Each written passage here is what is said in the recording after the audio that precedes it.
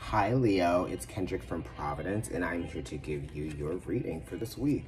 So here we are with the 9 of Wands again. So it's talking about how you feel about your actions. And it's also how you feel about your goals and your foundations and those changing, your goals changing, your passions changing, your foundations changing. What have you learned? You know, it's a point of discovery that is being reached here, okay, through action and being involved with something, you know. It's also kind of like a sense of needing to get away or needing to be active to get your, to kind of like put this energy in action, right? Put the emotional energy in action. That's what we're doing. And we're also kind of like detaching from the things that we need to detach from, right? And we're also getting a little bit further away from that which fears us and or that we fear. And the things that sort of like scare us, the hidden things. It's like, I'm no longer afraid of what is of the unknown. I'm just going to go forward, you know, courageously. Even past that, it's almost kind of like just taking a risk, okay? So you could be feeling emotional about a risk that you are thinking about taking, or you could be going in depth to discover how you feel about a risk that you might be taking, or, you know, in terms of career, in terms of goals that you may have, that type of thing. Yeah. Let's continue. And it's almost kind of like not to be dogmatic about those types of things, right, with this card, because this could be the over enthusiasm, right? Your emotions are leading you to be a little bit over enthusiastic, perhaps, and maybe you should keep a little bit of those goals to yourself, right? Keep some things to yourself. You know, you don't have to tell everybody about all of the things that you're doing, you know, all of the goals that you may have and the things that are a little bit still unclear to you right now. Just kind of like, you know, do those things kind of passionately inside, right? Because it's related to the Hermit. Now, the 6 of Swords came up in the center of the reading for you. So this is talking about friendship and things like that, or the community, and moving on from some perspective that you may have had, you know, and just also, you know, you need to gain perspective. And this is kind of like detaching from an experience so that you can gain some perspective about it. And then this is like, you know, understanding what your position is in terms of how you think and what your opinion is, or maybe even how you feel to some degree. The 6s are related to Virgo, so it's talking about taking a critical analysis of something and being able to decide for yourself and other people what is actually best. What's the remedy? You know, what is the answer here? What are we looking for? What do we know now, and how much wiser are we because we know that thing? And how are we going to lead our lives knowing that? Because it's kind of like a bigger picture type of thing. And it's also, you know, very Mercury and Uranus, changing up something, okay? Let's go ahead and look at the other cards. Okay, yeah, definitely changing up something. The Death card came up, so this is a transformation, or this is an ending. This could be a death. This could be like the death of like a friendship in some kind of way, because, you know, you have the 6 of Swords here. Mercury and Aquarius, how you think about a friend has changed.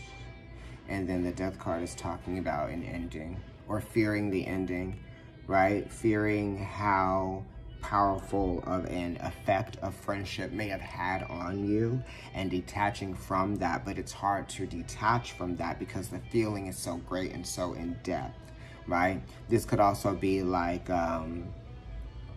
just something having power over you, your fears having power over you as well, right?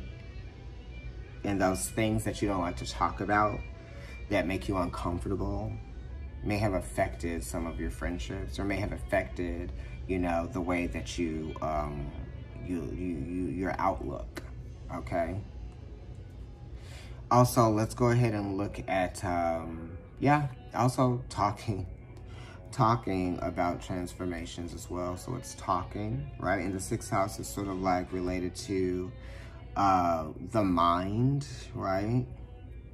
and where things fit, compartmentalizing things. So you might be compartmentalizing thoughts in your mind about like an ending or a transformation of some sort of way, something that might have some sort of like power over the way that you feel, okay?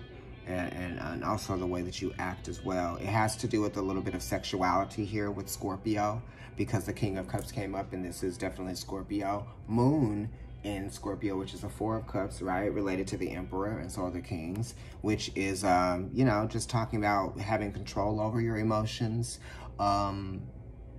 And also, you know, being aware of how you feel. So this is mastering your emotions and being very aware of how you feel, you know, and trying to, you know, and deep down, you want to achieve a level of harmony and balance within yourself based on how these feelings have guided you to kind of like, you know, go, where to go, right? So the feelings are like, oh, wow, this is like how someone truly feels, or how you truly feel, or how this intimate relationship has affected you on an emotional level. And it's kind of like, now you know, so it's kind of like you're not still trying to figure out why something is or isn't what you may have anticipated or expected or wanted it to be.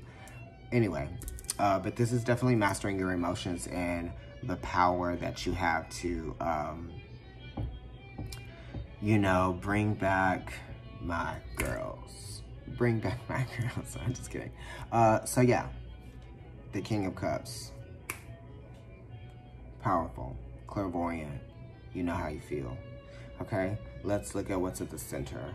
The 3 of Cups, right? Thinking about your feelings, talking about your feelings, being connected to your mind, being connected to the gut, or mind being connected to that part of you that is vulnerable. So it's kind of like when your inner child is emotionally wounded or emotionally affected, you have to make sure that you make a conscious acknowledgement to that inner child that everything is going to be okay. And also you have to like feed yourself, read yourself, do all of those things that you need to do to make yourself feel better, because there's a healing that's happening here. You're constantly healing, and there are people that you kind of like want to talk to, and the people that you want to talk to may not be the people that you need to talk to. It could just be like, because you are used to having sort of these people in the environment, right, and be there, then maybe that's what you're used to going towards. But this is also talking about the changeability or the adaptability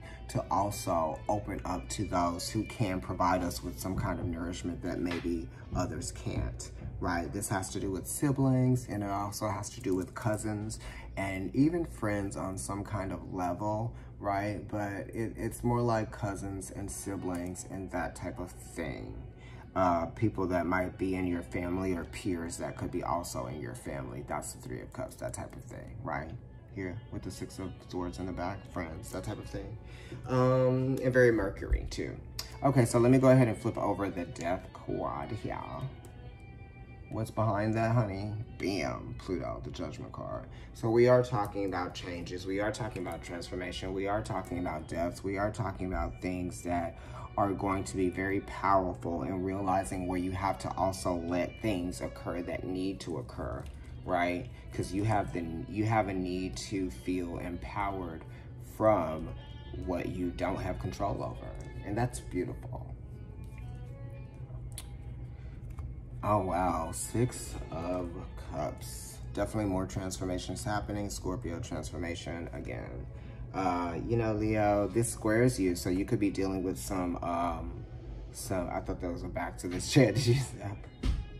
There could be some things that, you know, some deep healing that's still taking place. Okay, so you have to just be patient with yourself, be patient with your emotions, be patient with your thoughts, be patient with your siblings, be patient with your father, be patient with your mother, be patient with, you know, your friends, be patient with yourself, and don't be scared. You know, when you start getting scared, talk to somebody or something, or just reach out to anyone that you care about, that you know is going to be there for you at that time, that is healthy to reach out to, right? Because you have to practice some sort of discernment, okay? And you have to also know when you are choosing codependency over independency. Okay, thank you so much, Leo. Email providencetarotkendrick if you'd like to give a private reading. providencetarotkendrick@gmail.com.